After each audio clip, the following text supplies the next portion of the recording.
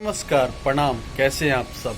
एक बार फिर से आप सबके बीच नई अपडेट, नई न्यूज के साथ मैं हाजिर हूं। भोजपुरी के हिट मशीन कहे जाने वाले खेसारी लाल यादव, जी हाँ, ये नाम एक विवादित जरूर हो सकता है, लेकिन ये जब जब भी आते हैं एक अलग तांडव दिखने को मिलता है। जी हाँ, इनका एक एल्बम 11 मार्च 6:30 पे SRK फिल्म्स के ऑफिशियल चैनल पे एक एल्बम आ रहा है।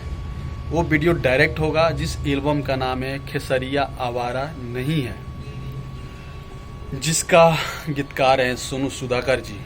ये एल्बम का वीडियो आपको SRK फिल्म्स के बैनर तले देखने को मिलेगा, जिसमें खेसारी लाल यादव जी अपने आप को बताते हुए दिख रहे हैं कि मैं आवारा नहीं हूँ। वो इस वीडियो में एक पुलिसकर्मी से ये चीज़ बार बार कहते हुए नजर आएंगे आप सबको कि वो आवारा नहीं है। सच में वो आवारा नहीं है, लेकिन अपने दर्शकों के लिए गवारा भी नहीं है। ये एल्बम खेसरिया आवारा नहीं है कल यानी 11 बजे आप सबके बीच जा रहा है।